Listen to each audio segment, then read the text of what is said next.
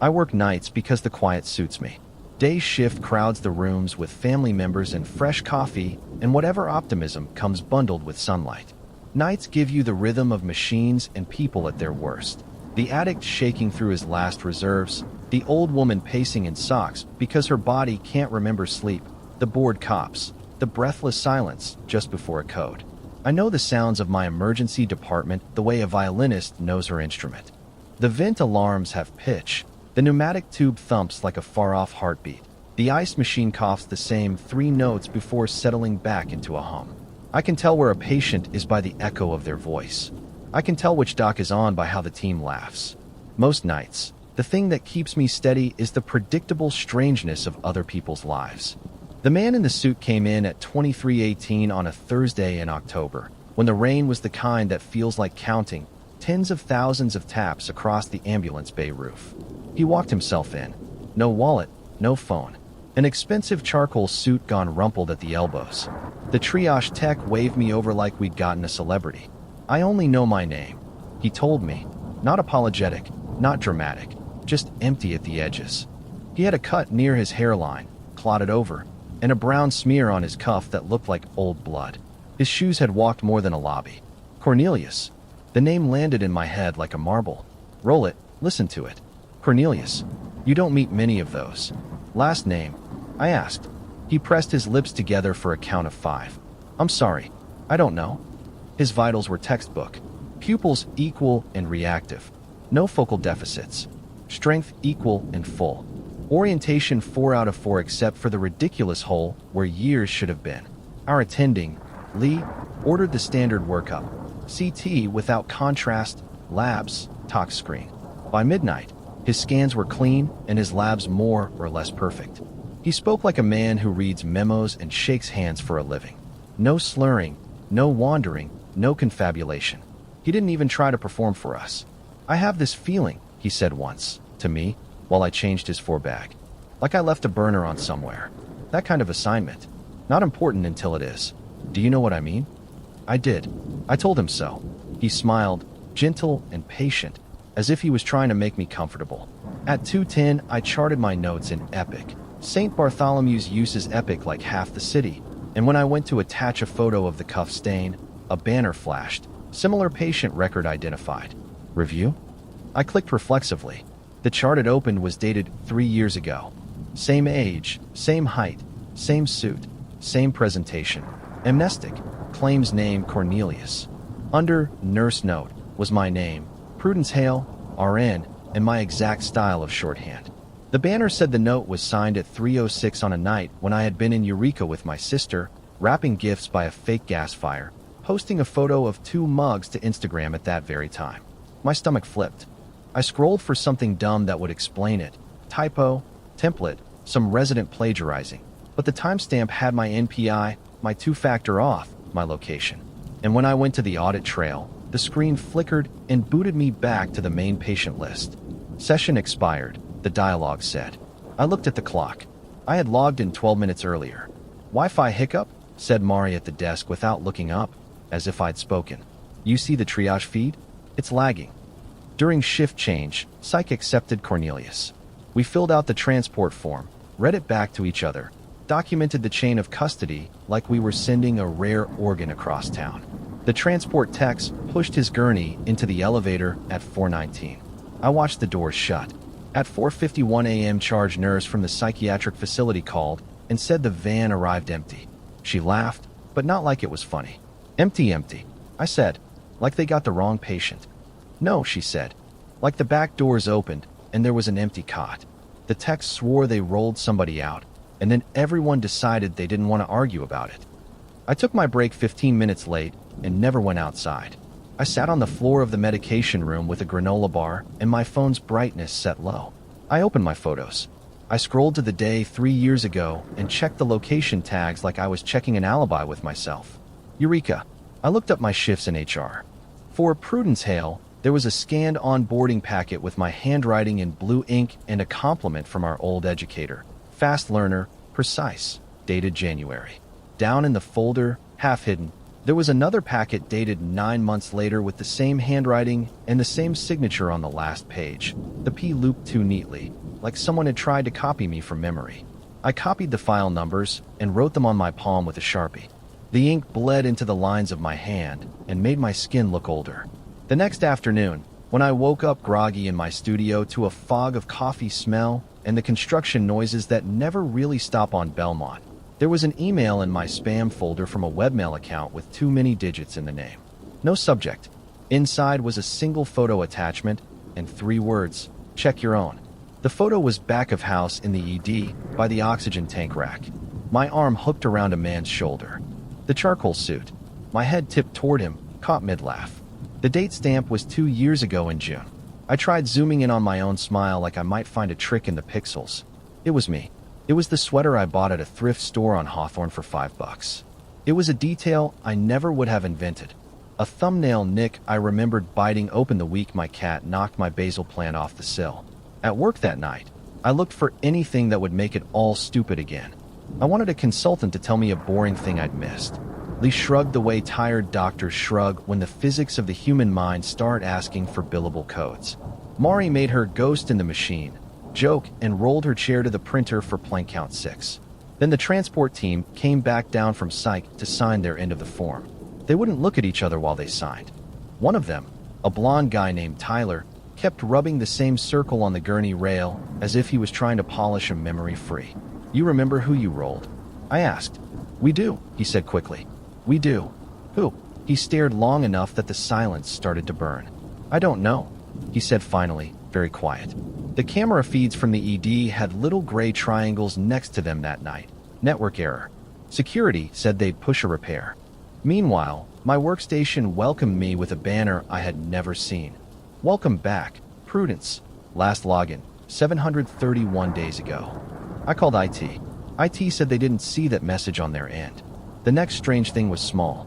From a supply cabinet, I grabbed a box of butterfly needles, and my hands did an automatic thing they'd never done. My right thumb flicked the latch, my left mid-finger caught the pull, and I popped the plastic shell open with a twist I didn't know I knew. My body felt like a room I had moved into where some drawers already had spoons. A patient asked me about a med dosing quirk that only a seasoned ED nurse would know. I answered before I heard the question end. Later, Mari asked what class I took for Wound Vax. I told her I'd learned by watching Lacey. She blinked at me slowly. Lacey moved to Seattle before you started, she said. The next day, my Sunday, the city damp and unrumpled. I rode the 15 to the Northwest District and walked past the glass fronts where dentists put plants. Mnemonic/Mnemonic Pharmaceuticals had a listed address on a run of new construction, 5th floor, card access only. The name looked familiar before I thought about it. A company that had bought ad space at an industry conference. A logo on a lanyard tied around a nurse educator's neck. A folder on a manager's desk.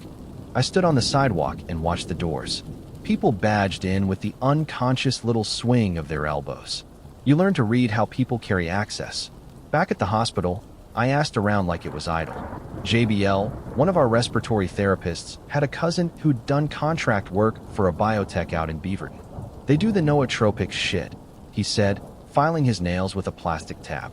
Sell brain to gamers. Sell focus to the Fortune 500. I dunno. They're always out there disrupting. Why?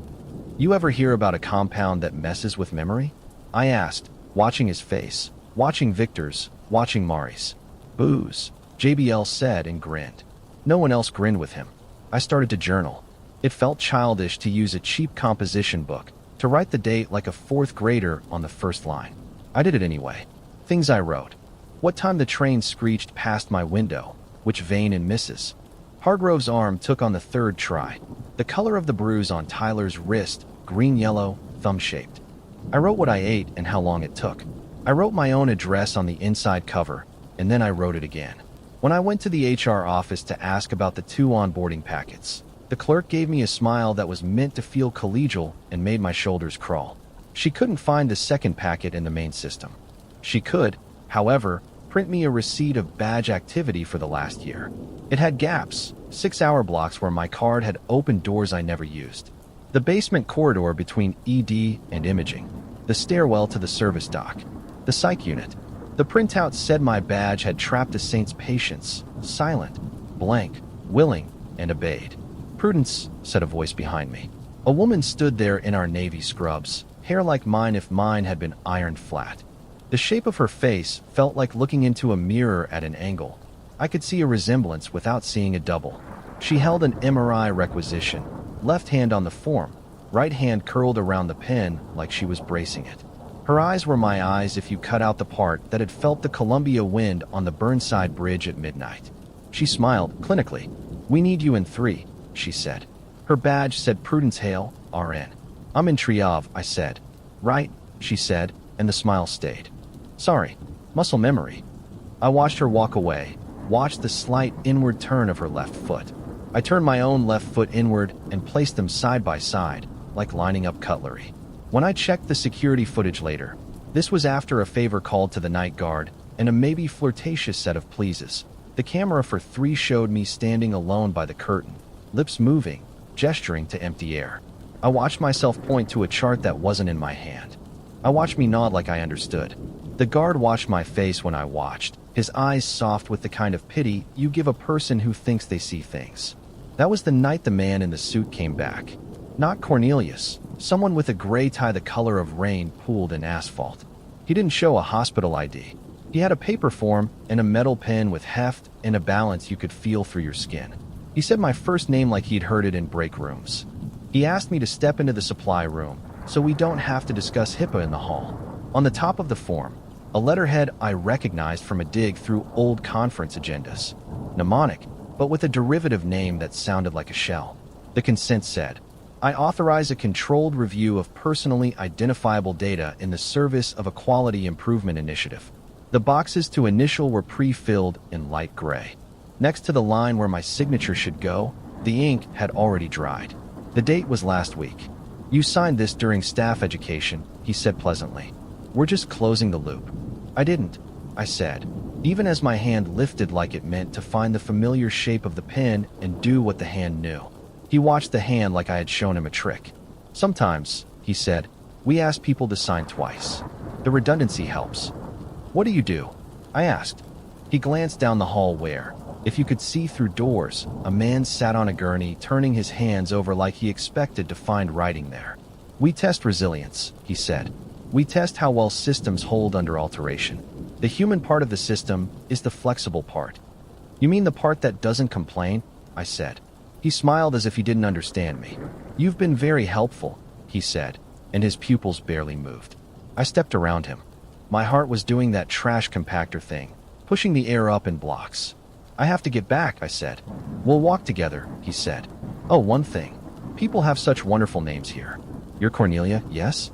He had said it lightly, but the name struck the base of something inside me and made it ring. I couldn't decide whether to deny it or agree, so I did neither. I moved faster. I ducked into the stairwell. He didn't follow. I put my forehead against the cool metal of the door and counted like I do for kids when we place in 4.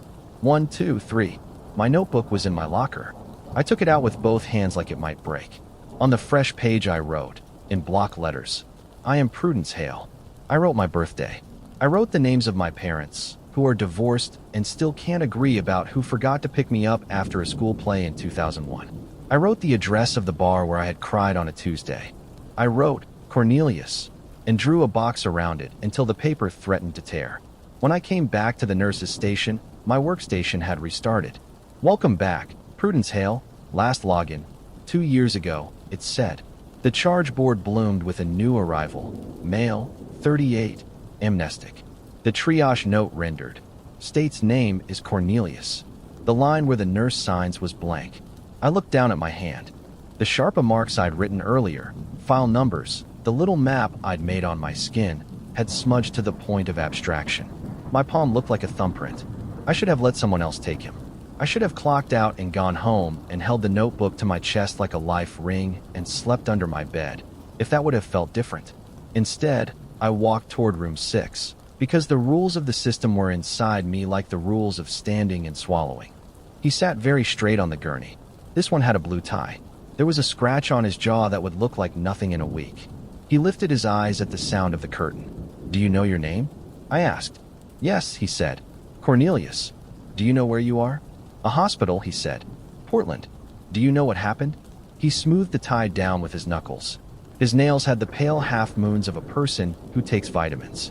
I was meant to be somewhere else, he said. And then I wasn't. I drew blood. His vein was a perfect slope under the skin. The butterfly hissed as it filled.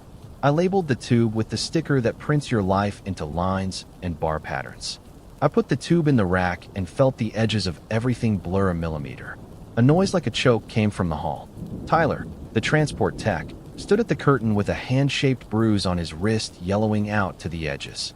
He was breathing through his mouth like he'd been running in place. We have to go, he said. Psych's ready. We haven't finished, I started. We never finish, he said, and met my eyes hard, as if he could put the shape of an idea into me that his mouth couldn't say. I told him to give me 5 minutes. He nodded, but did not leave. He looked at Cornelius. Cornelius looked at me. My skin didn't feel like mine. For a second, standing between them, I thought about pulling the 4 and walking us all out into the rain and down to the river where the lights make a crumpled highway on the water. Then a page crackled overhead. Hail to security, please.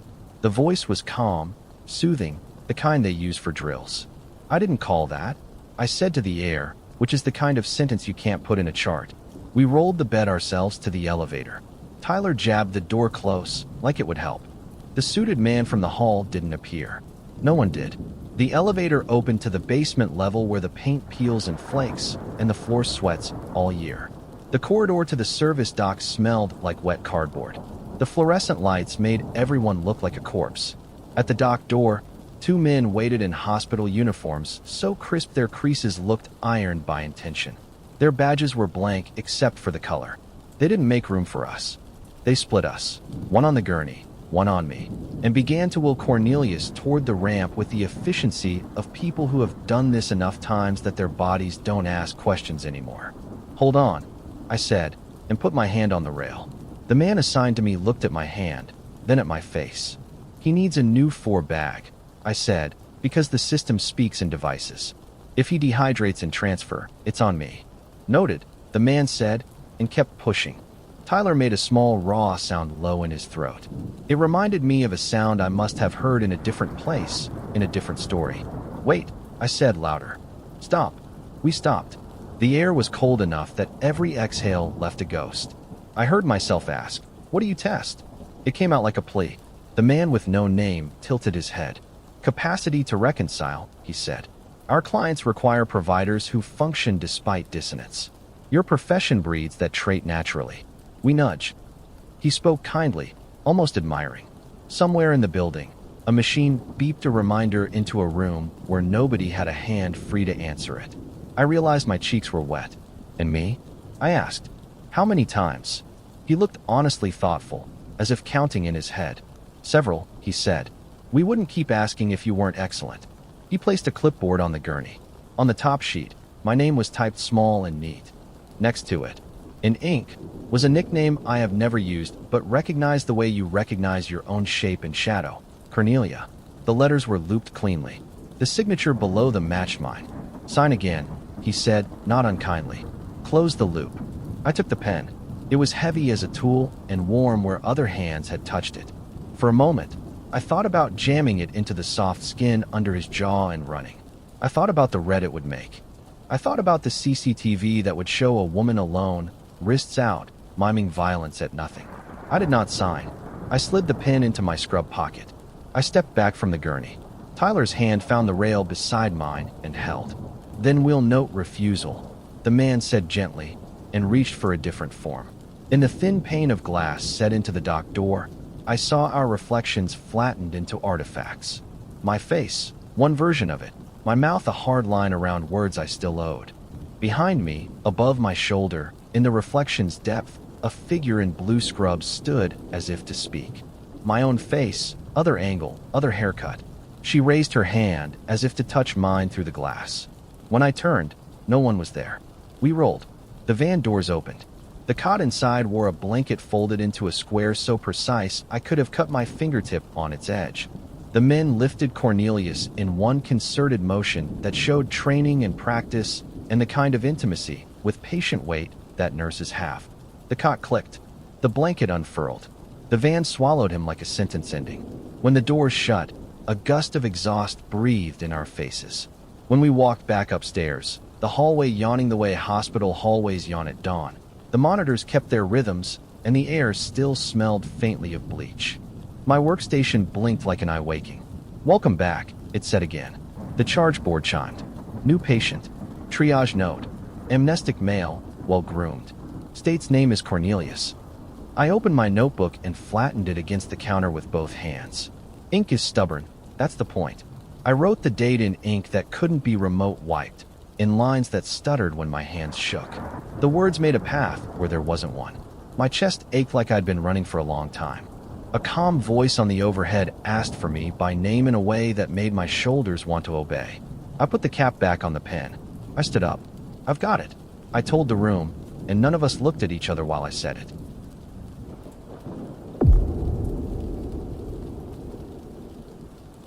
Nights in the emergency department have a rhythm you can feel in your bones if you do this long enough. Our hospital sits a mile from the harbor, where the wind can smell like salt and diesel in the same breath. On my break, I sometimes stand by the ambulance bay with coffee I don't taste and watch the flags on the pole across the street, reading the gusts like an EKG.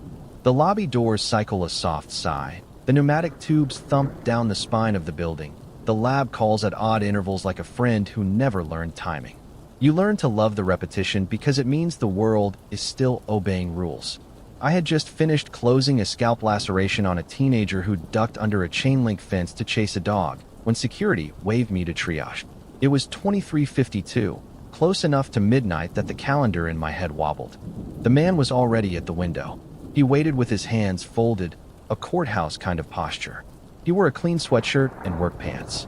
The first thing I noticed, and the thing I kept noticing, were the parallel cuts. Evenly spaced lines on his forearms, newer ones beating bright, older ones pale and flat. They were the kind of straight you only get with a guide. "Name?" I asked, because you always start simple. He smiled politely, as if we were in line at a bank. "Ezekiel. Last name?" He tilted his head, a small apology. "Just Ezekiel. Tell me what brings you in." "I need to let it out," he said. His tone was mild. His eyes were the washed blue you see in some fishermen. He turned his forearms over like a demonstration. "It builds pressure. If I don't, it finds another way." "Another way?" "In others," he said, matter of fact. "I don't want that." I suppressed the impulse to offer him a Band-Aid and a phone number for psych crisis. The lines were too clean. The symmetry argued with the story everyone wants me to paste on men with razors. I checked his vitals. Pulse 76, regular. Blood pressure on the low side of normal. Skin cool and dry. No tremor. No odor of alcohol. No track marks. He answered orientation questions with crisp, steady answers. He consented to treatment with a signature that was calm and looping. We walked him back to a room. In Trauma 4, we laid a towel under his arms and started the algorithm. CBC, CMP, coags, tox, type, and screen. Dr. Klein ordered a CT just to make everyone happy, which is doctor for I'm not convinced, but prove me wrong. I irrigated the fresher cuts with saline and betadine, methodical. The older ones had closed with a precision that hinted at a practiced hand or a very good teacher. The newer ones were shallow, not suicidal, not attention-seeking. I've seen those too, and they're messy in a way Ezekiel wasn't. "Why the spacing?" I asked, not accusatory. "It works better than random," he said. "If you drain a radiator, you don't jab it anywhere. You open the right valve." "Who taught you that?" He took a longer beat. "Years teach it. People around me taught it when I didn't." That was when the first weird thing happened, and it was small enough that I almost folded it into my normal. As I leaned to tape gauze, a hot, interior pressure pushed up under the skin of my own forearm, as if someone behind my bone was pressing outward with a thumb. I looked down, and a dew of blood bubbled along my arm in lines. Parallel, hairline thin. No cut. Just beads rising as if the pores remembered a diagram. "Tem," Sarah said from the doorway, voice low with the alert we use when we don't want to spook non-staff. "You good?" I wiped the blood and showed her. We both watched new beads grow. She mouthed, "What the?" and stepped back like the air had a current. While transport took Ezekiel to CT, infection control stopped by the desk because someone had pushed the big red weird button, and their phones light up when that happens. I showed them my arm. I showed them the photo I took on my phone, my own skin segmented by invisible graph paper. They asked me a set of questions I know by heart: exposure, contacts, rashes, foods, travel, sex. I heard myself answer like I hear myself call out meds, clear and boring and true. I was not sick. I was not contagious. The beads on my arm dried into tiny rust freckles. CT called. "You're going to want to see this," the text said, attempting casual and missing. I wheeled Ezekiel back and helped transfer. The images came up in soft grays. No masses, no bleeds, no metal. But in the soft tissues, especially along fascia planes and between muscle sheaths, there was a faint lattice. Imagine frost on a window in a pattern someone meant. If you didn't know you were looking for it, you could call it artifact. Once you saw it, the eye couldn't not. "What's your guess?" Klein said. "Connective tissue disorder on another planet," the radiologist said.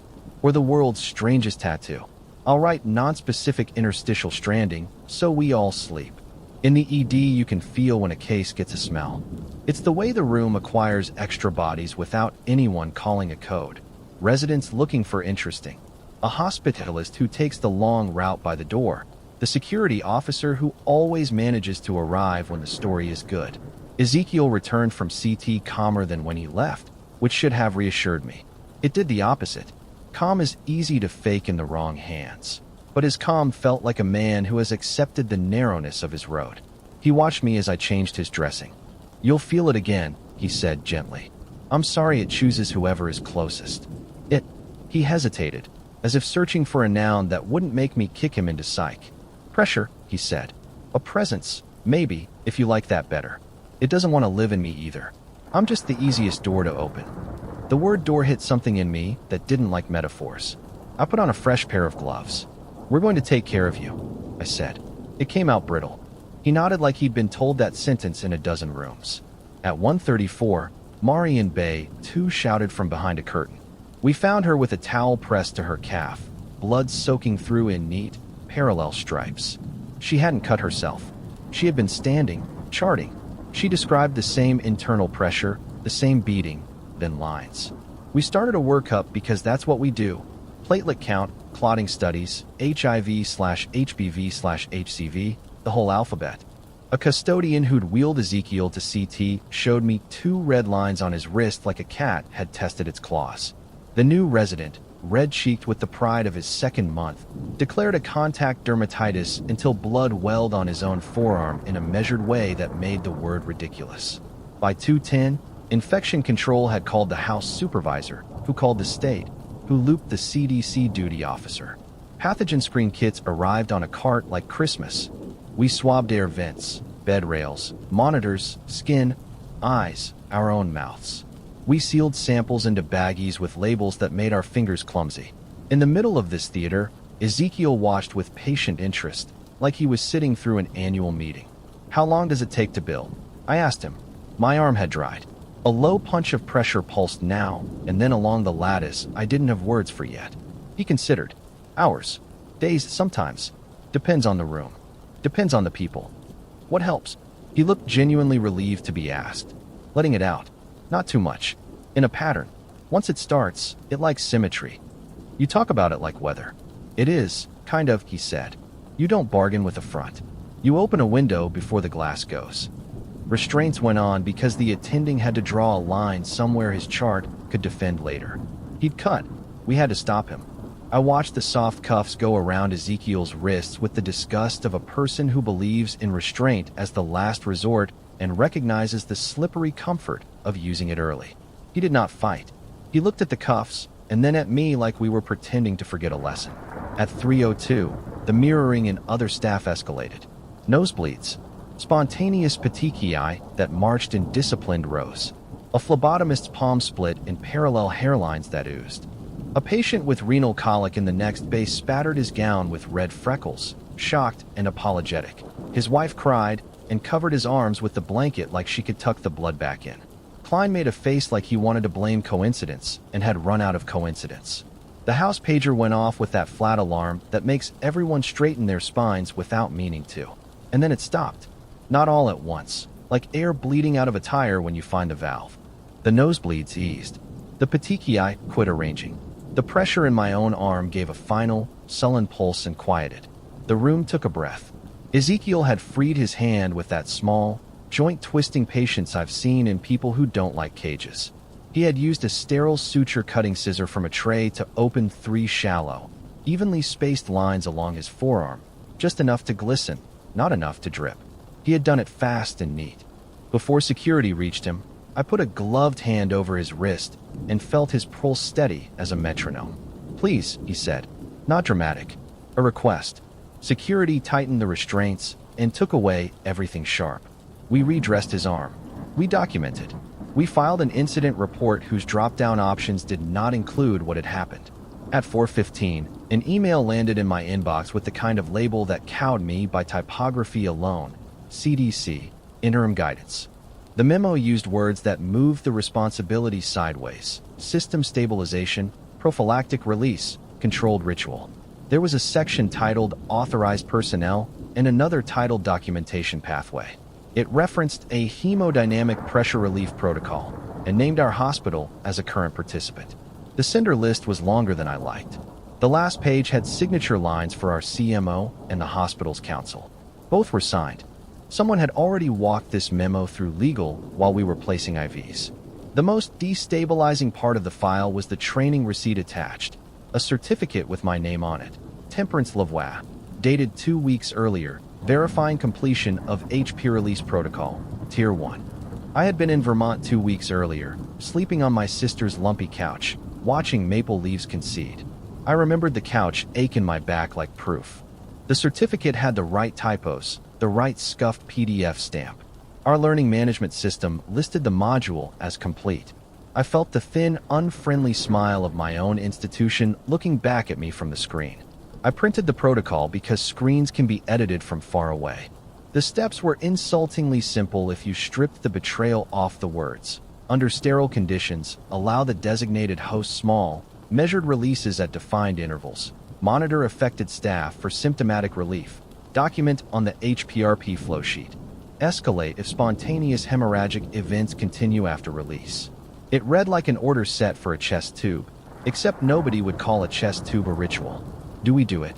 Klein asked me, and for a second I hated him because he wanted me to say yes first. We do it, I said. Or we pretend we didn't read the memo, cut him anyway, and invent a name for it later. Either way, we're doing it. We set up a sterile field that could have been a commercial for our competency. Chlorhexidine, drape, promogran, for X4S, suture kit, waste bin. I gloved. I met Ezekiel's eyes. If I do this, I said, you keep your hands away from anything sharp unless I ask.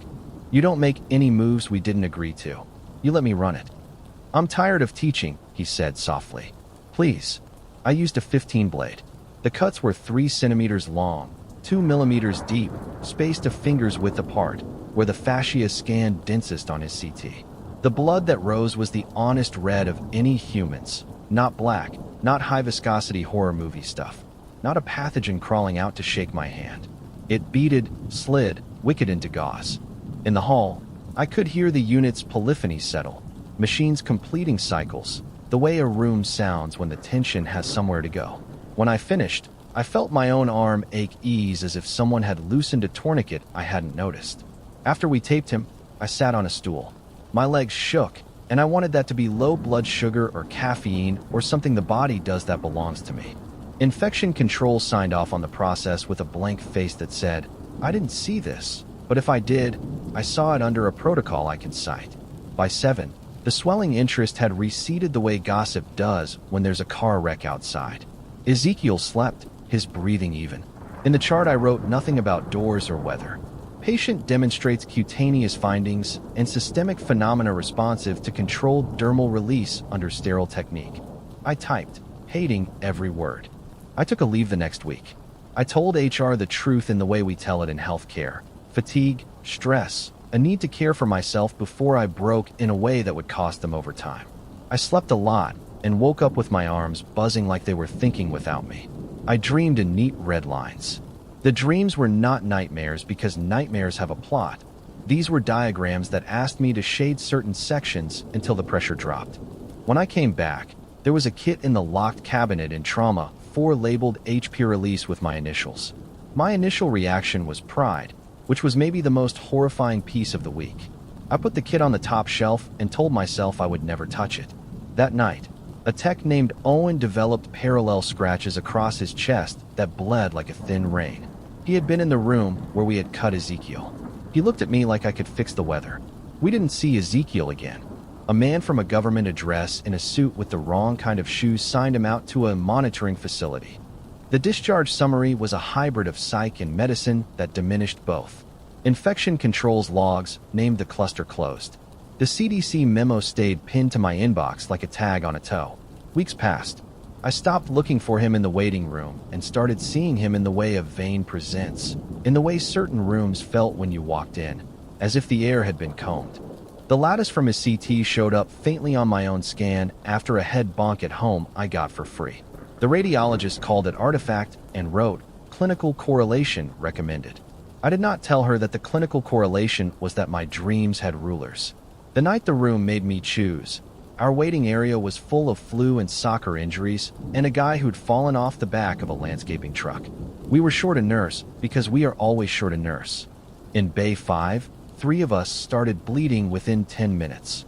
Owen at the wrist, Sarah at the ankle, me along the inner forearm where the skin is thin and the blood shows high. The pressure under my skin was no longer a tap. It was an insistence, a presence knocking politely and then less politely. The machines in 5 and 6 picked up a chattery rhythm like birds in a hedge. I could hear the pitch change in the vent in 3. I opened the locked cabinet and took out the kit with my initials. The tear in the seal sounded like something breaking that had nothing to do with plastic. I brought it to the family bathroom because it's the only door on the unit that actually locks. The mirror was too bright. My face looked like every nurse who swaps a shift and tells herself she'll sleep someday. I scrubbed my forearm and draped it. The tourniquet made my hand tingle, and I hated the little thrill that came with it. The way a body recognizes ritual as competence even when the ritual is new. I measured with my fingers the way I had on Ezekiel, because the symmetry matters. The blade felt heavier going into my own skin. Sensation telescoped. The world narrowed to a haptic map. The first 2 nicks opened with a sting, and then a flood of relief I am ashamed to admit felt good. The third bled a clean line that felt like a sigh put into red. My knees threatened to give. I sat on the closed toilet and watched the gauze drink. Out in the hall, Sarah yelled my name. It wasn't panic. It was urgency's cousin. The carousel of alarms stubbed down to single chimes. I taped the dressings with hands that had learned this pattern from muscle memory I hadn't known I was collecting. I cleaned up the sink like a teenager hiding a cigarette. I looked in the mirror and saw nothing supernatural. No glow, no halo, no monster. I saw a tired woman who had done something that would read as self-harm if you stripped it of its context, which is to say, if you told it the way it will eventually be told. When I walked into 5, the room had softened. Owen wiped his wrist with a 2x2 and shrugged like a man embarrassed by a burp. The patient with the landscaping fall looked less gray. The chirp from 6 had gone back to its dull reprieve. I charted my authorized release under the HPRP flow sheet and resisted the urge to write in the margins what the flowchart left out, that the body wants to be a door if you ask it nicely enough. "Are you okay?" Sarah asked, cornering me by the med pyxis. Her eyes traced my sleeves. "I'm fine," I lied reflexively, then amended. I did it controlled. "I'm okay." "Does it stop?" she whispered. "I don't think it stops," I said. "I think we maintain." 2 days later, a brown mailer appeared in my locker with no return address. Inside was a single page from a medical journal I'd never seen, photocopied so many times the letters had halos. An old case series on the use of dermal venting in constellational hemorrhagic clusters. The language was Victorian passive voice dressed up as science. The conclusion was a shrug in Latin. There was a margin note in a hand I knew from a consent I hadn't signed. "Keep it tidy." I threw the page in the sharps bin and immediately regretted it. Then I regretted the regret. Now, when I dream, sometimes I'm back in the family bathroom, the mirror too bright, the blade in my right hand, my left forearm volunteer and victim. In the dream, there is no blood, only light flowing out in parallel bands, and the room outside getting quieter the way the harbor gets quiet when the wind changes to offshore. Other times I dream I am tightening the tourniquet around someone else's arm, my own in a different haircut, a stranger who wears my badge, and we are both grateful and ashamed. I've tried to imagine the story told by someone who doesn't like me. Temperance joined a cult of self-injury. She romanticized a delusion. She joined a hush-hush protocol because it made her feel chosen. The worst part is recognizing the glint of truth in any of those.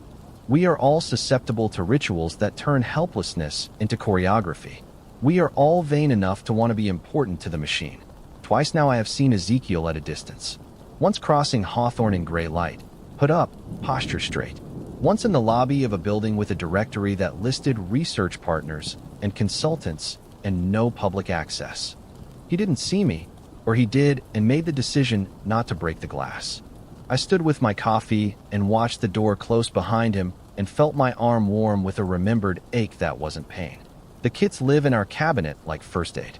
We sign them out like narcotics. We document the interval, the volume, the relief. We call it a protocol. When new nurses join nights, we train them on vent management and sepsis and how to talk a drunk veteran into a CT he swears he doesn't need. We don't talk about HPRP until they've stayed through a winter. When the memo renews quarterly with new signatures and updated wording, I print it and put it under my notebook and write in longhand what computers forget on command. Ink holds, sometimes at 4 a.m. When the department is an ocean at slack tide, I think about the noun I resisted. Presence, pressure, doors. I don't care what lives behind it. I'm not the story's priest.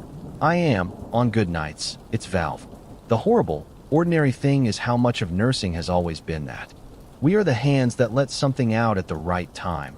Fluid, fear, breath, grief.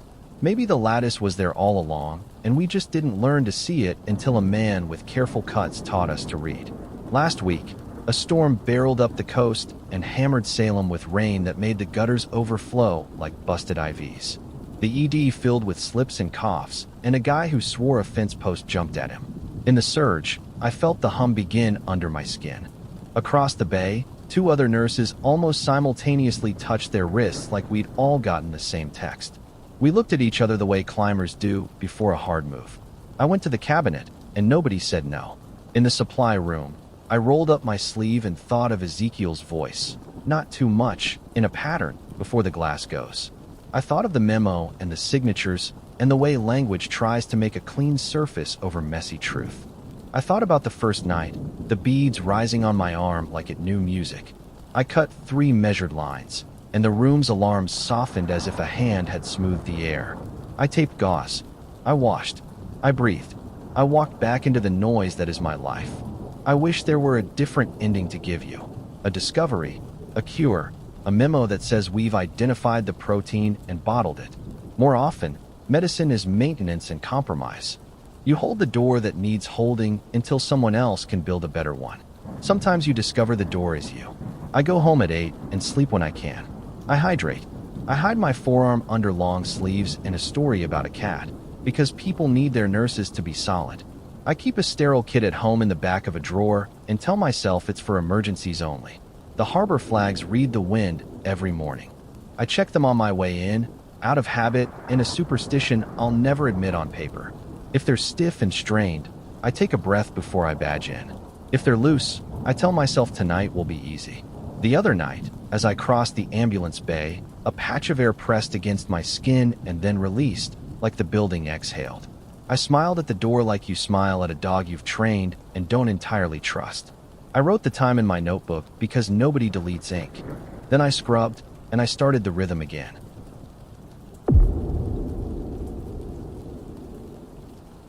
Nights on isolation are their own weather system. Our hospital keeps the air a little louder on that wing. Negative pressure whistling back through the seams so pathogens always have a headwind. In January, the last ferry ice-locked and the lake black as slate. I volunteered for extra shifts because I like the way rules feel when the world outside won't obey any. On isolation, you suit, you seal, you slow down. You can't rush a zipper or a gasket without paying for it later. They paged me just before midnight. Burlington PD had brought in a man found sitting cross-legged in an abandoned mill on Pine Street. No signs of trauma, no hypothermia despite the cold that had turned people's breath into smoke all week. He'd been surrounded by a ring of dead animals. That was how the paramedics said it over the radio, flat and almost polite. A ring. Raccoons, a fox, a few starlings, 2 rabbits. No blood, no footprints but his. He'd been warming his hands over a dead space heater. Obadiah, he told me in Triave, voice steady, mouth chapped. If you need a last name, I don't have one. Do you remember how you got there? I asked. I followed the warmth, he said. The others prefer it. He didn't smell like the street, more like wool that hasn't been inside for a long time. His skin was clean, the kinds of cracks and calluses you see on people who live outdoors by choice. Vitals: heart rate 68, blood pressure 118/66, temperature 99.5. Not fevered, just a person who kept the heat he found. Any cough, sore throat, diarrhea? I ran through the script, gloved fingers on autopilot. No, he said. I don't get sick. We put him in isolation because the ER doesn't like the word ring next to animals, and because winter does strange things to people's immune systems, and we needed rules to hold something. Negative pressure room 3 had the newer door seal and a radiator that clanked a little. I turned the thermostat up a notch to keep him from shivering while we waited for labs. He smiled with what looked like gratitude and more like relief. I can't be cold, he said. They don't like it. Who? I said, because you always make people say their nouns out loud. The others, he said, as if explaining nieces and nephews.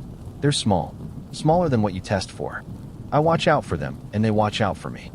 The first odd thing was me seeing something move when my training said I shouldn't. As I placed EKG leads, a ripple traveled under his skin from clavicle to bicep, a shallow wave like fish beneath ice. There, and then not. I told myself muscle fasciculation. I told myself adrenaline. At the sink, warming my hands underwater because my fingers never forgive January, I glanced back and saw the ripple again, toward the heat vent on the wall. The second odd thing, warm surfaces in the room developed what I can only describe as bloom. Lacework patterns, dew fine and symmetrical, appearing on the backside of the monitor where the exhaust fan pushes air, on the steel counter where I set the blood tubes, on the window pane above the radiator. Not mold, not condensation. Lines that branched like frost, and then were gone when I wiped them, gone when I cracked the window to drag the air down 10 degrees. The pattern didn't wait, it reacted. Our infectious disease lab can turn a room into a puzzle in an hour. We swabbed, we drew, we sent stool and saliva and blood and mucus through the alphabet of panels and PCRs until the courier looked tired. Negative across the board. CRP normal, WBC normal. A handful of proteins the analyzer flagged as uncharacterized, just so it didn't have to say, I don't know what you're asking me. The ID fellow, a woman with ringlets that escaped her cap like they wanted to make trouble, pronounced him boring. If he's got something, your grandmother's garden taught him good manners, she said, and I liked her for it. We kept him because the ring bothered everyone and because he asked us, graciously, to let him stay somewhere warm. He drank tea with both hands around the cup like a child at a rink. He ate oatmeal and thanked me like I'd cooked for him personally. He told me he liked quiet rooms and slow voices and heat that didn't stutter. Is there anyone we can call? I asked. You'll think I'm being difficult if I say no, he said, amused. I'm not. I just don't like to bring people into this. It upsets them. After 2 nights with Obadiah, the unit's usual winter attrition paused. The float nurse, who always got whatever was going around, stopped coughing on rounds. Our night doc, who joked he could catch a cold from a postcard, lost his sniffle. I didn't think of it as cause and effect until the 3rd night, when I realized I hadn't slathered my hands in lotion between rooms. The skin wasn't breaking. The air, still busy with pressure differentials and the sigh of filtered vents, felt less like it wanted to steal something from me every time I breathed. Monitors near the heater glitched in gentle ways, pulse ox readings smoothing to straight lines until we moved them 6 inches away, telemetry announcing non-existent PVCs in smooth clusters that vanished when the portable heater clicked off after a cycle. When the room cooled, the electronics behaved. When it warmed, the bloom appeared and the devices misread the person attached to them as calmer, steadier, more regular than human bodies like to be. You make the room different, I said without meaning to. I bring them, he said. They like to be near me when it's warm. That's when they do their work. What work is that? Keeping the world smooth, he said. They're small. They don't think the way you mean. Pressure and preference. They defend what houses them. These are what? Bacteria? I asked, half mocking myself, half begging him to say a word I could write in a box. Smaller than that, he said, eyes on the radiator. But you could start there if you need to. I don't know how to explain motion under the skin without sounding like I let my imagination ride over my training. It didn't crawl. It didn't bulge. It didn't have direction except toward heat. When I stood between his arm and the heater, it slowed. When I stepped aside, it resumed. My own hands, hot from gloves, seemed to attract it. He let me watch, and I hated that this felt intimate in a way I didn't have a code for. In the morning huddle after day 3, the nurse educator read off our unit's infection numbers. Lower than baseline. I'm not saying Obadiah, someone said in a stage whisper, and everyone did the Catholic thing with their hands they pretend they don't do. The educator made her correlation isn't causation speech, which we all have memorized, and she was right. And it still felt like standing under a sky you can smell snow in and being told to wait for the forecast. On day 4, the internist wrote, "No infectious etiology identified," and then a paragraph on unusual subjective observations by nursing. He smiled at me apologetically when I read it over his shoulder. "Science starts somewhere, Constance," he said, which was either generous or condescending. I gave him the benefit of the doubt because my job is easier when I like people. The discharge order surprised me only because I had forgotten normal rules apply to people when they aren't actively dying. Social work found him a non-acute facility, which is what we call a place that won't ask too many questions if you're calm and clean and your insurance is a shrug emoji. He asked me to turn the room heat up while he waited for transport. The blooms unfurled on the monitor casing like lace, then faded when the stretcher rolled in. "I think you'll be fine," he said to me as I helped him into a donated coat. They tend to like caregivers who don't try to hurt them. It's not personal. "What do you mean?" I asked, truly afraid I already knew. "They mark people," he said gently. "Fragments move on. You'll notice it if you stay warm." "Don't," I said before I could dress the plea in professionalism. "Don't leave them with me."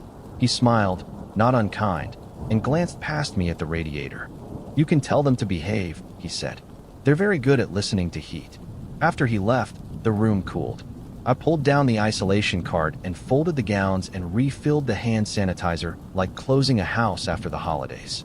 The electronics went back to their usual stubbornness. The window pane held no pattern. In Bay 5 a cough returned like a neighbor who borrows sugar too often. I told myself that was a mercy, structure reasserting itself. I told myself that until the relief turned into a thin disappointment I didn't have a place to put. 2 weeks later, our med-surg unit had a norovirus hit. It blew through 4 rooms in 12 hours and turned a 5-day stretch into a fever dream of bleach and plastic bags. I floated up because infection control knows my name, and we do what we do. I should have caught it. Nurses always catch it because we eat crackers over empty charts and our gloves stick and we touch our faces when we shouldn't. I didn't. The nurse next to me did. The housekeeper on days did. My stomach rumbled once like a warning and then settled. On my next day off, I came down with a sore throat that felt like the beginning of something. I made tea and sat with my face over the mug, steam ribboning up. My forearms prickled, not rash, not heat rash either. A feeling like the hairs wanted to lean toward the warmth. The soreness eased in 20 minutes. I told myself placebo. I told myself sleep, and then didn't sleep because I kept expecting to swing back. Sometimes in quiet rooms. The staff lactation room nobody used on nights, a consult room with a heater that ticked, a pattern filigreed the laminate table under the lamp and then faded when I put my hand over it to block the heat. In the med room, with the Pyxis humming, the inside of my gloves felt faintly alive when my hands were hot, not crawling, more like 1,000 particles aligning to face a sun. I took my hand out and held it in the cold air, and the feeling dissipated like a flock turning and going elsewhere all at once. I didn't tell anyone. It sounded like the kind of thing a person says right before a psych consult and a leave of absence. I watched myself for superstition. I didn't make offerings to heaters. I didn't whisper into radiators. I did start sitting by the baseboard in the break room between rounds with my palms out like a supplicant, and when someone laughed, and called me a cat, I made a joke back. My chronic winter cough didn't return. The knuckle split that opens every February stayed closed. A text cold eased after she sat with me for 15 minutes while we waited for a late ride, and she said, "You're good luck." And I swallowed wrong. I went looking for charts. Wellness pockets is what I called them in my head, even while detesting myself for calling anything that. I found notes in the EHR from hospitals across New England, names I recognized from nurse buddies and travel contracts, where an Obadiah or a man with a different first name but the same lack of last had been admitted for exposure observation, and during his stay the unit had lower than expected infections for exactly as long as he was there. The bounce back to baseline after discharge was dull and familiar. Infection control had shrugged it off in language that meant we noticed. We do not want to be quoted. I checked my badge logs and saw that during his stay I had lingered in room 3 longer than protocol would recommend, especially on the coldest nights. I had turned the heater up twice between 3 o'clock and 5 o'clock, when the air has the thinness of a hospital trying to coast to morning. I had been what I always am, a woman with keys to warm rooms. By late February, another isolation case came in, a student from UVM with a cough and a fever, our VP panel lighting up like a Christmas tree. I set up the room because that's what I am good at. Tape here, gown there, wipes everywhere. When I stepped through the door after 30 minutes of closed heat, my forearms thrummed. Not pain, a gathering. The monitor smoothed into safe lines a shade too quickly. The student's breathing eased. The balloon traced the steel counter and dissolved when I cracked the window against my own instinct. Not now, I said out loud, and felt insane. It receded, gentle as a tide. That was when I realized I couldn't work isolation anymore. Not because I was afraid for me, which is vanity and also false. Because warmth and quiet and sickness together felt like a bell, and I had become a small clapper. If you believe you can affect a room, you shouldn't be in charge of its air. I asked to switch to triage for a while. My manager nodded with complicated empathy. "Winter gets weird," she said, which is our way of forgiving each other for survival behavior. On my last night before the rotation moved, I sat alone in the lactation room at 3 a.m., the only space on the unit with a working radiator that doesn't set off fire alarms. The room is beige and utilitarian in the way rooms for women to have private needs often are: practical, unloved, clean. I closed the door and turned the heater higher than any policy would like. The radiator ticked and bloomed warmth that brushed my shins. On the laminate counter, the pattern formed, delicate, fern-like, a geometry that didn't care if I had a Latin word for it. Under my skin, from wrist to elbow, a current moved toward the heat like filings pulled to a magnet. I pressed my forearm to the cool sink, and the motion slowed. When I lifted it, the flow resumed. The room listened. "I need to work," I said, quietly, to the radiator, to the air, to the thing I refused to name with anything grander than the word others. "You can't do this everywhere." The heat clicked down a notch. The bloom paled. The sensation scattered, not offended. I cracked the window. January came in, rude and honest. The pattern vanished as if erased with the flat side of a knife. My forearms felt like my own again. On my way back to the hall, my phone vibrated. A text from a number not in my contacts. "Stay warm." No punctuation. No signature. I locked the screen because I am an adult and a professional, and because if I looked for a second text my hands would shake. I tell myself a few things to make it fit. We are ecosystems. We are never alone in the ways that count and don't count. The rules we rely on are agreements we make with what we can measure. I tell myself that if you work in a hospital long enough, you will start to believe any pattern can be made into a protocol and any kindness can hide a cost. I tell myself the others, if that is the least ridiculous term, adopted me because I was warm, because I did not try to frighten them away, because I stayed, which is as close to love as anything gets on a unit this busy. When I step into quiet, warm spaces now, a linen closet, a staff office with a sun-heavy window, my kitchen when the oven has been on, I feel them gather in the way a cat knows where to sit in a room to own it. When I'm tired, I ask them, "Please not now," and the air cools in the particular way of radiators cycling down. When a student nurse sits near me with a sore throat and her eyes wet from held-back tears, I pour tea and we talk about charting, and by the end of the cup she swallows without wincing and says I'm magic, and I say I'm not. I miss isolation.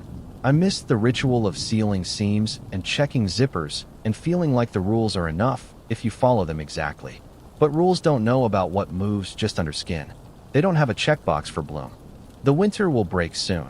The lake will stop hissing under the wind, and the sidewalks will start smelling like old leaves, and every floor will be slick with thaw. Warmth will mean something else then. I don't know what the others do in spring. I imagine them in soil, in bathrooms, crowding the edges of mugs and handrails, watching for the heat we throw off when we are tired and kind at the same time.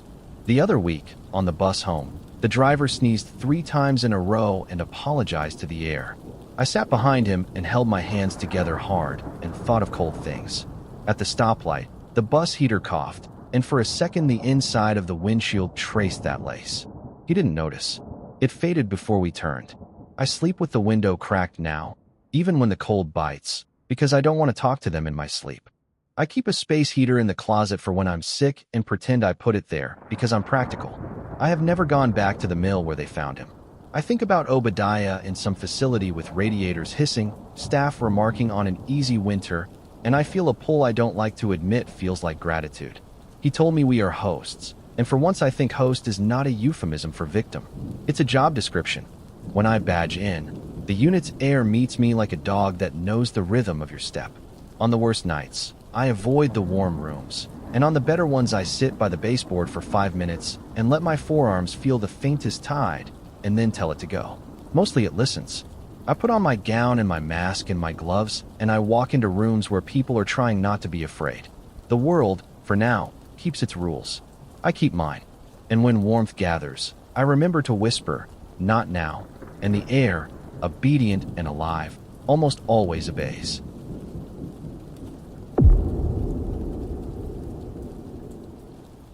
Nights on the ED feel like flying an old plane through mild turbulence. You learn which rattles mean nothing and which ones mean you should tighten your harness. I know this building sounds better than my own sleep cycle. The pneumatic tubes thunking like a tired heartbeat, badge readers chirping, the lab phone ringing with that apologetic trill. I love the predictability because it keeps the other thing at bay. The moment when you realize rules are only agreements, and agreements can fail. At 3:47 a.m., security wheeled him in, barefoot, hair stuck to his forehead, pajama pants torn at one knee, a crescent of dried blood on his temple where he'd met a brick lip. Dude scaled the north face of the parking structure, the guard said, trying for lightness and landing on rattled. 7 stories, eyes closed. I took him from triage because neuro-weirdness is my candy. Name? Zebedee, he said, voice hoarse as if he'd been out in wind. I was asleep. It's okay, I said. We'll figure it out. I got him on a gurney, started the concussion algorithm, neuro checks, pupils, the whole litany. Vitals were okay. He flinched at the EKG pads like cold coins. I have a history, he said, staring at the light panel the way people do when they're trying not to cry. Since I was a kid, they used a word, parasomnia. Everyone uses that word when they don't want to say the other thing. What other thing? His lips did a tight smile. Something wakes when I sleep. I charted it exactly that way, because if I've learned anything, it's that quotes matter.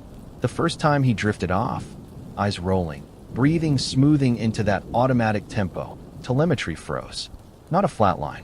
A buffer, like the software wanted a second to think. The numbers on the monitor paused, caught up, overshot, snapped back. In the hall, the badge lock chirped, the double click it makes when a door changes its mind. A basin we'd stacked on a higher shelf made a slim metal whisper and shifted all by itself back to center. I told myself old building. Gravity. Synchronous glitches. Hey, I said too bright. Stay with me. His eyes opened at once. The screens resumed normal. The basin was just a basin again. He blinked like the room had been rearranged while he was gone, and we hoped he wouldn't notice. We ordered a CT and a tox panel, because ritual helps when you're scared. He gave me his hand for an 4 like someone who's done that a lot, and looked at the vein like he was trying to memorize it. When I flushed the line, our fingers brushed. Static snapped us both. For less than 1 heartbeat, the light went thick. Sound cut to a far hum. I lost the contours of the room, as if someone had draped a sheet over reality and I could only see the shape underneath. A low, dark lobby with rows of chairs facing nothing. Every seat full of silhouettes that didn't fidget or breathe. only looked. Not at me. Past me. Through me. I came back with a small involuntary noise that made Zebedee's eyes jump to mine. You saw it, he said. Not triumphant. Resigned. What? I said, and had to swallow. What did I see? He watched the ceiling sensors the way you watch a dog you don't trust. When I was 8, he said, I didn't come back right away. The lake, a long minute under. They said a minute 30. I remember a dark waiting room. I remember a pressure, like the room wanted to breathe me. When I sleep, it climbs the rope. I'm going to call Neuro, I said, because I needed to do something that had a code. Neuro sent a fellow who looked 12 and used words like dissociative features and non-REM parasomnia, and ordered lorazepam. The sedation calmed him, and then it didn't. The second he dozed, his body learned the room like he'd been conducting tours here for years. He sat up without opening his eyes, unfastened his pulse ox with a neat flick, swung his legs off the gurney, and walked straight to the oxygen manifold. Not the room air. The manifold panel hidden behind a sign. He traced the seam with his fingers as if counting screws. When I stepped between him and the wall, he turned sideways automatically, slipping past with a focus I see on electricians, not somnambulists. Zebedee, I said low. Hey, stay with me. He kept walking, not shuffling like sleepers do. Precision. Familiarity. He reached for the crash bar. The lock should have held without a badge. It clicked. The door opened onto the service stair. I felt the building shrug, a tiny brownout. Lights not flickering so much as reconsidering how bright they wanted to be. The badge readers chirped in chorus, like birds startled and settling again. Security met us in the stairwell, out of breath and full of apologies. Power dipped, one said. Backup kicked in. Doors forgot themselves for a sec. Get him back, I said, too fast, and we guided him in that patient, universal way nurses do. Hands on elbows, steady pressure, voice low. He let us. He lay back down. Awake, he shook so hard his teeth clicked. You see, he whispered. It learns. It learns where to go. Later, I pulled the power logs because I'm that kind of nurse. Every brown cycle, a micro dip in voltage, the kind the building absorbs a dozen times a night without complaint, aligned with an episode. At 2:12, 3:46, for 28, badge doors double chirp, elevator logic stutter, telemetry buffer, Zebedee stands, moves through locks like a man with keys. The building makes small mistakes when it's tired. So do we. I started wearing my old body cam, the one I bought after a bad charge nurse and a worse lawyer, the one I keep for my side of the story. I told myself it was to document care. I told myself I wanted to prove to Neuro how weird this was. The truth, I was afraid I'd miss something important while my eyes were open. The second escalation came with the lorazepam. The fellow upped it because he couldn't call what he'd seen anything but anxiety, and we all feel better when we use our own words. Zebedee's eyelids fluttered, and the room noticed. The telemetry clock hiccuped. The digital wall clock fell behind by exactly 2 seconds and never found them again. The crash bar to the stair clicked twice like a tongue against teeth. Zebedee stood with that not his walk and went, not to the obvious doors, but to the back corridor. A service hallway staff forget exists until a code spill or a need for clean linen at 4 in the morning.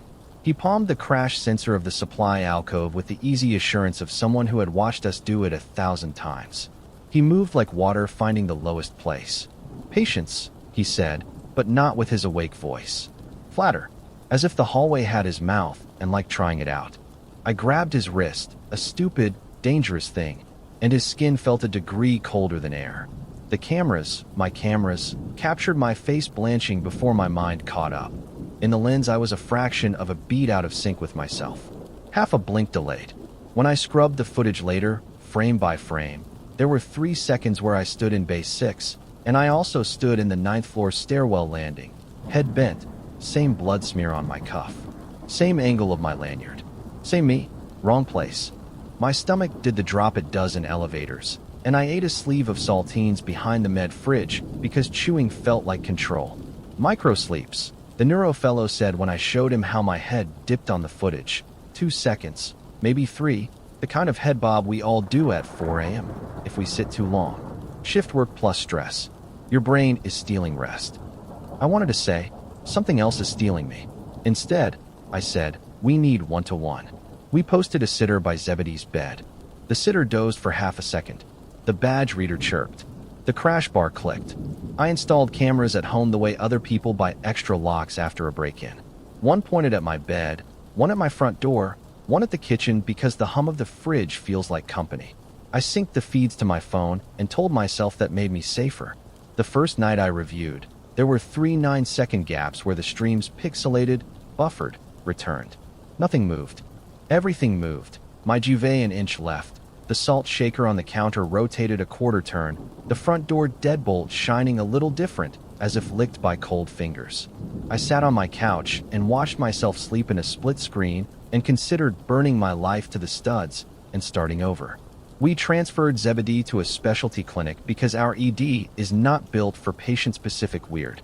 Sleep center, the SW note said, like you could contain what he carried with electrodes and a billing code. In the week that followed, I tried to live like a person who believes in day and night. I drank coffee in measured doses. I walked loops of the parking lot instead of sitting at the desk. I chewed gum. I said no to covering another nurse's break because I have learned the shape of my limits and how close I like to stand to them. The clinic emailed me, off the record, because everyone loves an end run around the chart, with a video. Grainy. Time stamped. 2 angles. Zebedee asleep in a lab bed, Zebedee in a stairwell landing at the same time. No cuts, no jump. The email said nothing besides, "You're patient." I closed my laptop and pressed my palms to my eyes until phosphenes bloomed like distant headlights. The worst night came when we were short by 2 nurses and a tech. Flu season had stacked our bays to the rafters. The building did its tired breathing, lights taking shallow sips, badge readers clearing their throats. Zebedee was back in our ED for observation after a fall at the clinic.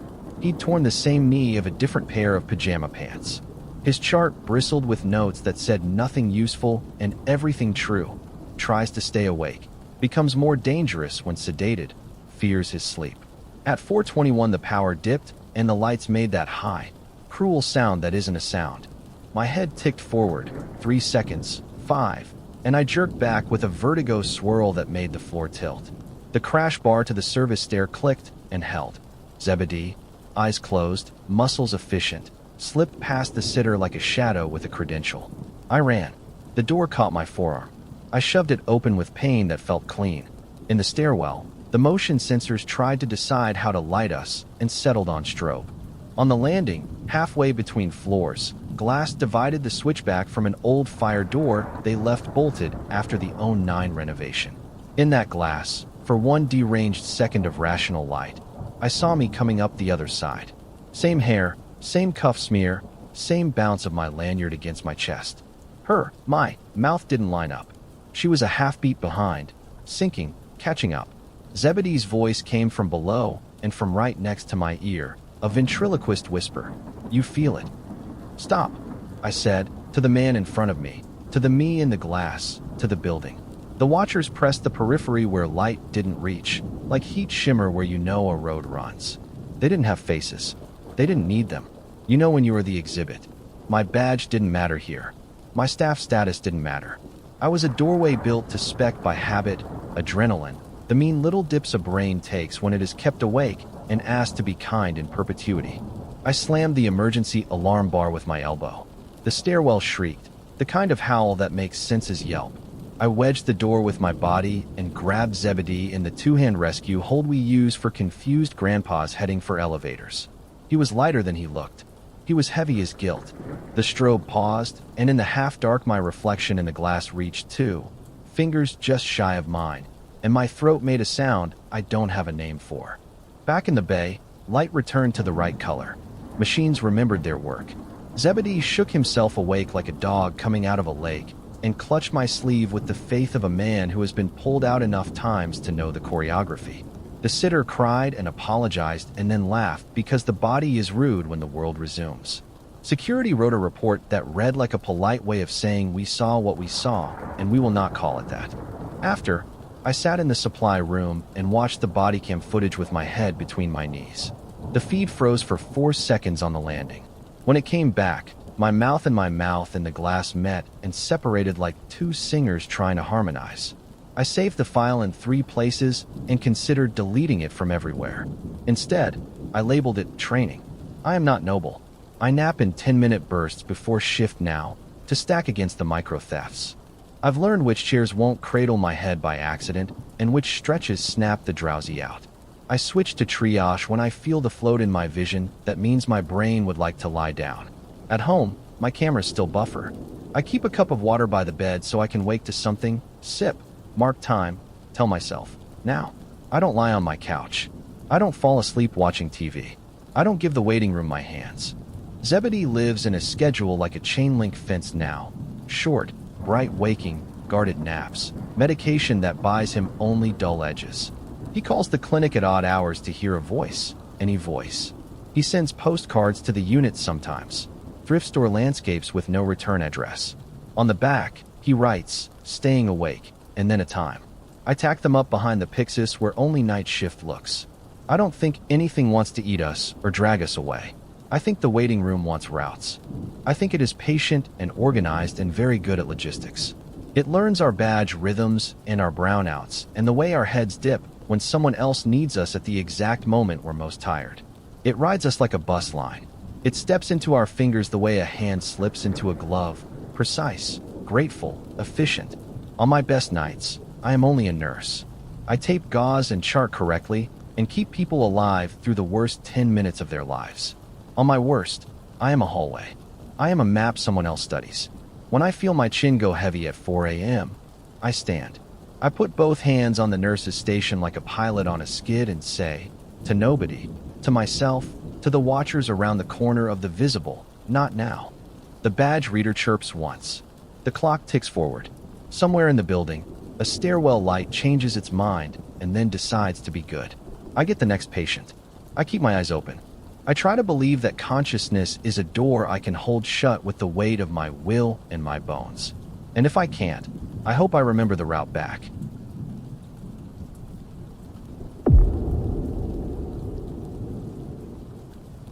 Nights in our ED feel like the desert at 3 a.m.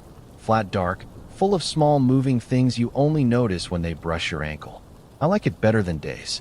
Less performance, more truth.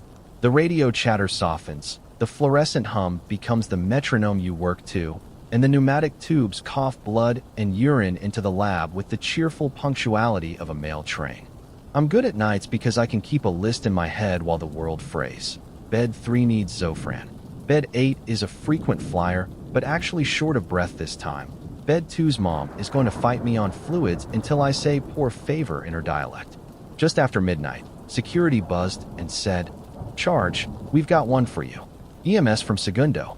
Heterochromia, agitation, maybe AMS. Altered mental status is a bucket we dump everything into when we don't want to say weird." The stretcher rolled in with a man in his 30s, hair damp with sweat, a split lip that looked older than today.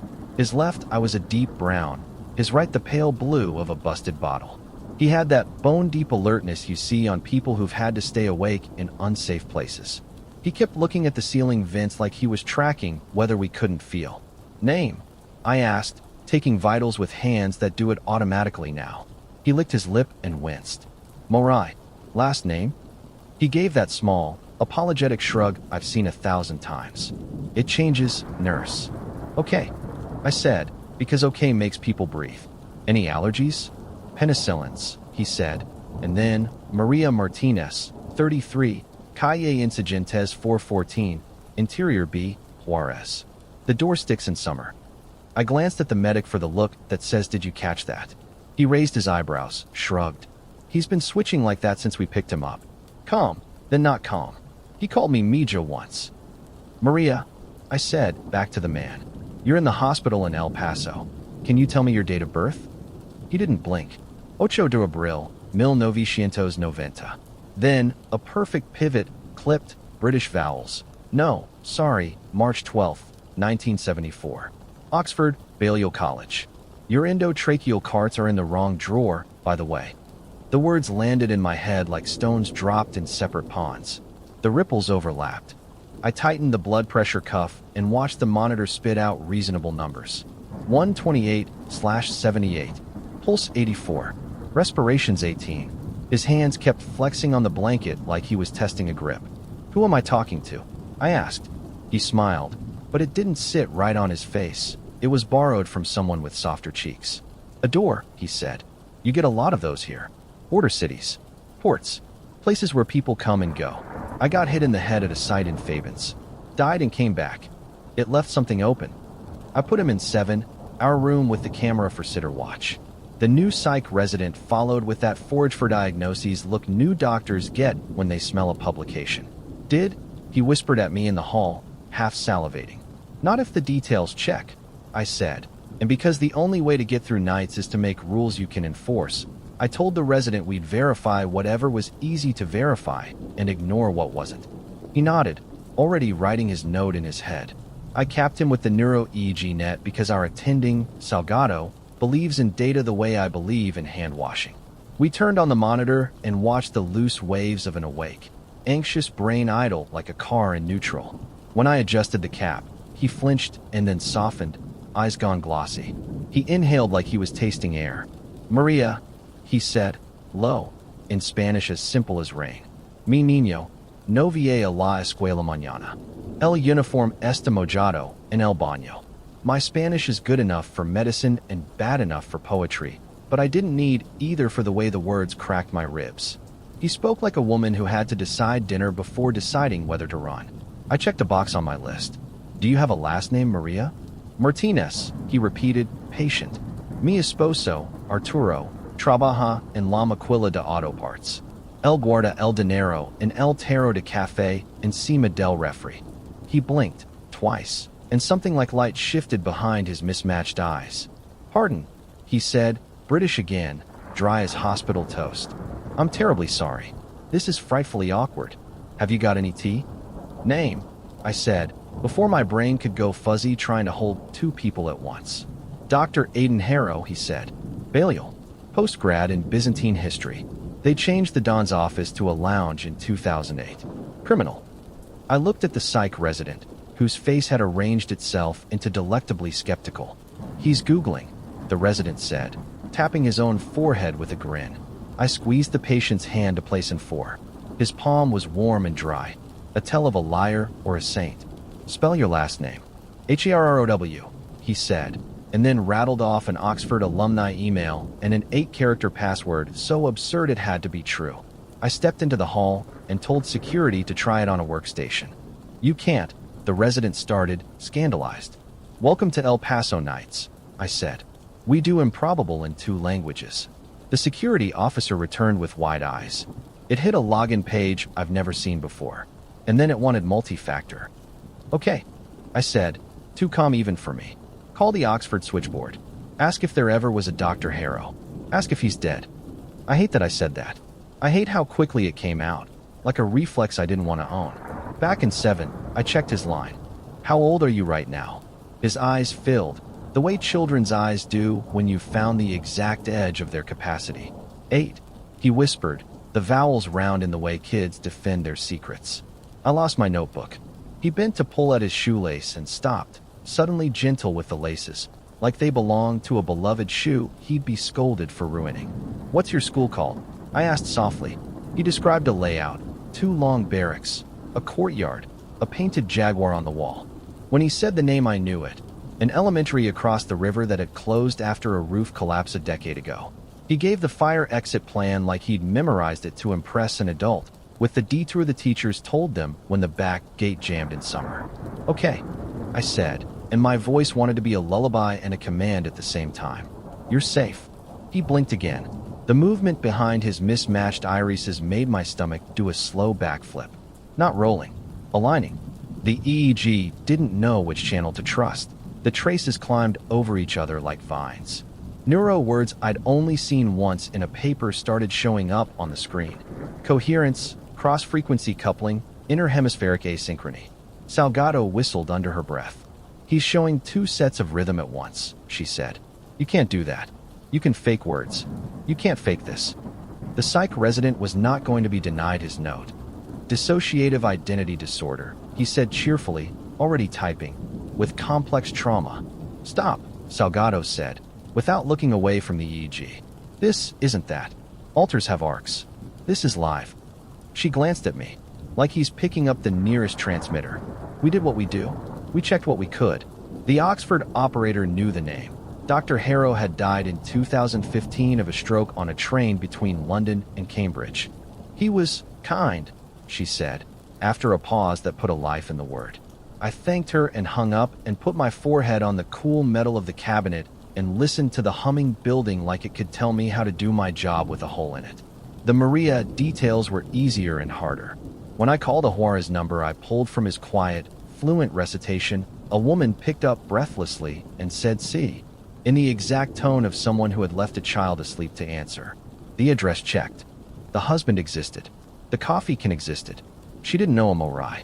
La Senora Maria Murillo a las cuatro, the neighbors shouted in the background, because the border has no patience for euphemism.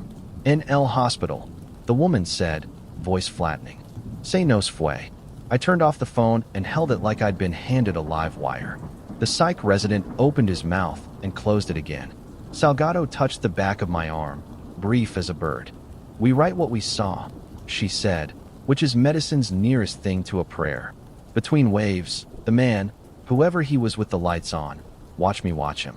"You don't have to believe me," he said. "It works even when you don't." "What happens to you when they're here?" I asked. He considered. "It's drafty," he said, like I moved out and left the windows up. "Why you?" It came out harsher than I meant. "I stayed too long," he said, matter of fact. "On the other side. No tunnel. Just a waiting room with too many chairs. They brought me back. The door didn't latch." A voice from him that wasn't any we'd heard said, in border Spanish from a decade ago, "Chaparra." My neck went hot. Nobody at work calls me that. Only my abuela did, in her kitchen trailer in Fabens with the yellow tile sink. The sink had a chip shaped like a crescent moon you couldn't see until you stood on the right side of the sun. He said, "La esquina en el azulejo roto, como una unida," and smiled like she did when she burned tortillas and hid the black side under butter. I stepped back as if the floor had bucked. My hands went cold in a way gloves never fix. "Don't," I said, uselessly. "I'm sorry," he said, and it was him again. Or the him I'd met. The one who apologized with his eyes like he was used to paying bills he hadn't run up. "Who else can use you?" I asked hoarse. "Anyone loud near the line," he said. "Dying. Sleeping. Praying hard. The ones who don't know they're gone yet. The ones who never stop talking even when their mouths are shut." We lasted until 3:40 before the chorus. It started like all rooms start to die. Too many alarms, eyes on the wrong thing. The hospital's Wi-Fi hiccuped, badge readers coughed, telemetry drifted. His EEG went from overlapping duets to something like static that had a plan. Lights in 7 tripped bright, then settled dimmer. The vent sighed, and the room felt suddenly, stupidly crowded. He blinked, and every voice in the world took the breath it needs to begin. The first 5 I could hold. A mother asking where her son had gone. A man giving a phone number he didn't want forgotten. A woman humming under her breath the way you hum to drown out an MRI's thump. Then 10, Arabic, Raramuri, English, Spanish, layered like a bakery where no one stops talking while they fold dough. Then 20. Then a multitudinous thrum like a stadium doing the wave. "Stop," I said uselessly. He, no, they, answered a DEA agent's question in clipped English about a warehouse on Alameda and, at the same time, murmured a prayer my mother used to whisper when the wind hit the trailer just right and we thought the door would lift. His mouth made 2 shapes at once. The EEG wrote 2 rhythms at once. The monitor stuttered as if the software wanted to write impossible and didn't have the font. The psych resident backed into the crash cart and apologized to it. Salgado grabbed for Naripi because we reflex our fear into pharmacology. The numbers slid, pressure dropping, heart rate breaking into an untidy trot. I said his name, Morai, and a dozen people answered present in a dozen ways that had nothing to do with roll call. Something else happened then that I can only tell diagonally. The air around my face shaped my abuela's burial hymn, not the lyrics from church. The way she sang it in the kitchen, forgetting words, folding tamales and grief together, humming where the melody lost its name. It braided itself around my throat. At the same time, I heard my own voice, my timbre, half an octave lower, speaking the steps of the crash I was about to take. "Pull the bed down. Check the carotid. 2 inches deep. Hard and fast." "Enough," I said to all of it. He stopped breathing. He went gray around the lips. The chorus didn't wail. It steadied like 1,000 hands set in prayer. I planted my palm on his sternum and started compressions, counting out loud because numbers flatten hysteria. Uno, dos, tres. The room smelled like plastic and sweat and that high, sweet antiseptic note that makes my teeth hurt. With each press, the voices thinned, broke, clustered, thinned again, the way birds break and reform when a hawk passes. Salgado pushed epinephrine and called for the pads. I called for a backboard. The resident held the jaw for a mask he couldn't seal because he was shaking. "Close it, nurse," said a single voice, hoarse and human, from somewhere between his chest and my wrist. I didn't know whose. I didn't want to know. We got a rhythm back like a boat finds shore by scraping rock. The monitor remembered its job. The vents relearned how to be boring. The EEG's chaos tightened into a tired sighing. The badge readers in the hall chirped like birds at dawn, one by one, embarrassed. I taped the line, wrapped the chest, wiped the sweat at my hairline with the crook of an elbow because my gloves were filthy. "Admit to neuro," Salgado said, voice trembling as if from a run. "And psych, if they promise not to write a poem about it." The psych resident laughed, and then cried, and then laughed again, which is the most honest thing I've ever seen him do. When the room emptied, the ceiling vent still hummed in a way shaped like many people breathing together. I stood still and listened until I could hear only the building again. Ducts, bulbs, the thrum of faraway machines doing work they don't get thanked for. I turned the thermostat down 2 degrees because the air felt too much like a mouth. He stayed 2 days on neuro, and then a social worker moved him to a clinic that sees night workers and people who don't have names that stick. He sends postcards sometimes, thrift store landscapes with fountain pens trying hard on bad paper. On the back, "Staying awake." No punctuation, no return. I pin them behind the Pyxis where only night shift sees. I do different things now. I listen for who is speaking, not only what is said. When a patient gives an address, I ask what color the front door is. When a voice says "Meja" in a way that belongs to a woman who is not in the room, I make myself ask to whom I'm speaking and write the answer as if documentation is a kind of respect. I walk the hallway where families pray and pretend I'm checking the crash card so I can hear the edges. I learned a new word for the thing we do when we touch someone and they become full of other people. Vigil. I installed cameras at home. The feeds glitch sometimes. 10 seconds buffer. I review and find my salt shaker turned a 1/4 inch and the remote upside down and my father's old hymn humming from the air vent like the building is a throat. I crack the window and let the desert in. The wind comes through like a rule. If you ask me what I believe, I'll give you what I can chart. An EEG that showed parallel rhythms. An alumni operator who cried when I said his name. A woman in Juarez who told me, without drama, that Maria had died at 4. I'll tell you about the crash bar that shuddered when no one touched it, and the way my own voice told me what to do before I did it. I'll say grounded, because the world is easier when its horror has weight. And I will say this, which I cannot put in a note. Some of us are doors. Most of the time, they stay latched. We live and die without anything more than the company of people who knew us in singular. But some nights the latch fails, and our rooms fill with others, newly gone, nearly gone, gone from someone else's view, and we become a trunk line for the things the living and the dying need to say. On the border, it's loud. On nights, it's loudest. When I catch myself drifting at 4 a.m., I stand. I drink water. I count my steps to the far sink and back because numbers put rails on the dark. I press my palms to the cold counter until the warmth leaves them. And if, despite everything, a voice in the vent shapes my abuela's hymn, I let it pass through me without stopping, the way wind slides through Ocotillo and leaves it unbroken. I keep the door closed enough to work. I listen anyway. And when a patient says, "I'm a door," I tell them we will sit by it together. And if it opens, I will count the compressions out loud until the chorus thins and the one voice they need returns.